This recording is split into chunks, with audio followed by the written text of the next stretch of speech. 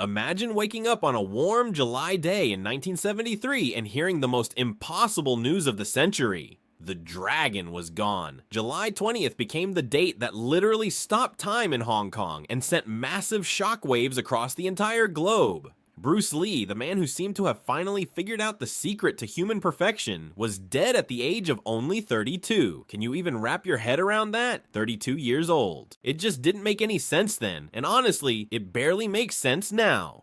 We aren't just talking about another movie star here, we're talking about a guy who completely revolutionized martial arts, philosophy, and global cinema all at once. He was the fittest human being on the planet. I mean, the stories about his strength are legendary. The two-finger push-ups, the one-inch punch that could send a grown man flying across a room, and that incredible speed that cameras literally couldn't capture. People truly believed he was invincible, a literal god of action who had transcended regular human limits. So when the headlines started screaming that he had simply stopped breathing, the world didn't just mourn. They entered a state of pure, unadulterated denial. How could a man who radiated so much life and energy just vanish into thin air? It was unthinkable. Now, here is where the plot thickens and things get really messy. Bruce didn't die at home with his wife Linda and their kids. Instead, he was found in the apartment of a beautiful actress named Betty Ting Pei. This wasn't just a minor detail, it was an absolute bombshell. Imagine the scandal that erupted. This took place in the heart of Hong Kong, far from the polished image the studios wanted to project to the public. Rumors started flying faster than one of Bruce's signature kicks. Was he having a secret affair? What was he really doing there in the first place? The location alone sparked a firestorm of speculation that would burn for the next 5 decades. The setting of the mystery was perfect for a movie script, but this was real life, and the stakes were incredibly high. Eventually, the authorities came out with an official verdict. He's death by misadventure. And they claimed he had suffered a hypersensitive reaction to a single headache pill called Equagesic. But let's be real for a second, did anyone actually buy that? Not a chance. The verdict satisfied absolutely no one. On the streets of Hong Kong, people were whispering a very different story. They were talking about hidden agendas, secret assassinations, and shadowy figures lurking in the dark corners of the film industry.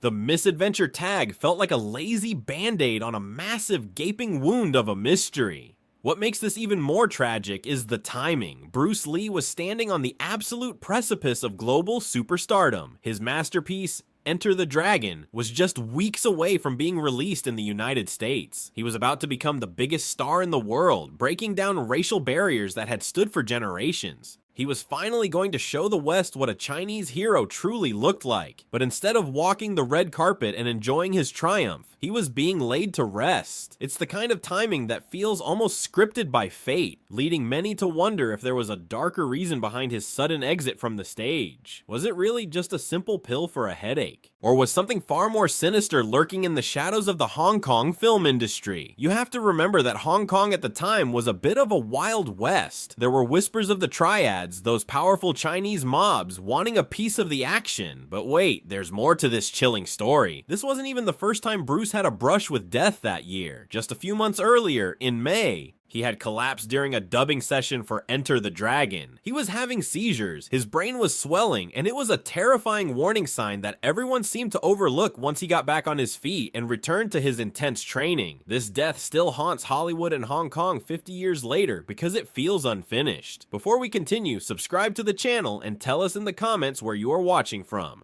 Can you imagine the sheer chaos when the world realized their hero wasn't invincible? It felt like the sky had fallen. Stay with me, because the deeper we go into the final hours of the dragon, the more the official story starts to crumble, and the real secrets begin to emerge from the darkness. Was he a victim of his own body, or a target of someone else's greed? The mystery is only just beginning. To understand why this loss hurt so much, you have to realize Bruce wasn't just some guy who could kick really high. He was a revolutionary, a man who broke the sick man of Asia stereotype and became a global philosophical icon. He wasn't just a fighter, he was a thinker who told us to be water, my friend. He stood for something bigger than movies. He was the first Asian superstar to command the screen with such raw, undeniable charisma that Hollywood couldn't ignore him anymore.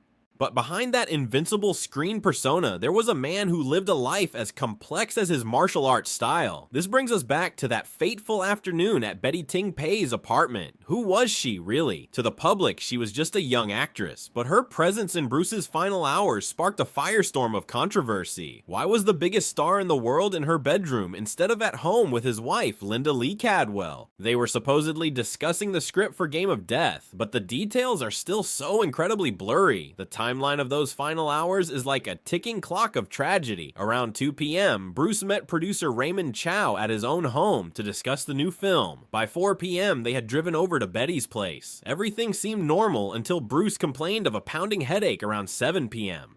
Betty gave him a pill called Equagesic, a common painkiller at the time containing aspirin and a muscle relaxant called meprobamate. He went to lie down expecting a quick nap before meeting Raymond Chow for dinner, but he never opened his eyes again. When Raymond arrived later and found Bruce unresponsive, pure panic set in. This is where things get truly suspicious and the cover-up rumors begin. Reports suggest Raymond Chow actually tried to obscure the location of Bruce's death, initially telling the press he died at home to protect Bruce's legendary reputation and spare his family from a public scandal. Can you imagine the pressure of trying to manage the narrative while the greatest icon of a generation lies cold in an apartment that isn't his? Then there's the dark side of the Hong Kong film industry. Many people to this day swear that Bruce's death was no accident. The most popular theory involves the triads, those powerful Chinese criminal organizations that ruled the streets back then. Rumor has it that Bruce refused to pay protection money to these mobs, and they decided to make an example of him. It sounds like something straight out of a movie, doesn't it? But in 1970s Hong Kong, the triads were very real and very dangerous. If the mob didn't get him, some believed a rival martial artist did. Have you ever heard of Dim Mak? It's the legendary delayed death touch. The story goes that a rival master, jealous of Bruce's fame, struck him with a secret technique that caused his body to shut down weeks later. Thousands of fans actually believe this. It adds a supernatural layer to an already impossible tragedy. But what if the enemy was actually his own drive for perfection? Bruce was notorious for pushing his body to the absolute breaking point.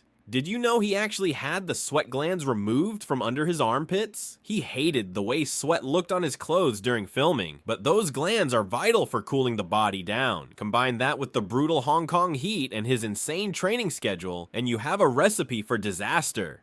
Some experts believe he actually died of severe heat stroke or simple overwork. When the doctors performed the autopsy, they found massive cerebral edema, which is basically a fancy way of saying his brain had swollen up like a sponge. Was it an extreme allergic reaction to that one tiny pill, or was it something hidden deep in the autopsy reports that we still haven't seen? The medical findings showed his brain had grown from 400 grams to over 575 grams. That's a massive increase. If it was just a simple reaction to a headache pill, why were there so many inconsistencies in the witness testimonies? Why did the stories from Betty and Raymond seem to shift every time they were told? There are so many missing pieces to this puzzle that just don't fit the official version of events. As we peel back the layers of this mystery, it feels like every answer only leads to 10 more questions.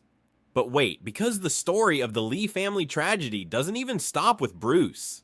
There is a shadow that seems to follow his bloodline, a darkness that would return decades later to claim another life in a way that is almost too eerie to be entirely true. Imagine the scene in Hong Kong when the news finally broke. It wasn't just a news flash, it was a collective earthquake that shattered the heart of a nation. Tens of thousands of people flooded the streets, not just to watch, but to weep. The funeral was a spectacle of grief that felt like a state mourning for a fallen king rather than a movie star. Fans were fainting in the heat, desperate for one last glimpse of the man who made them feel invincible. It was mass hysteria.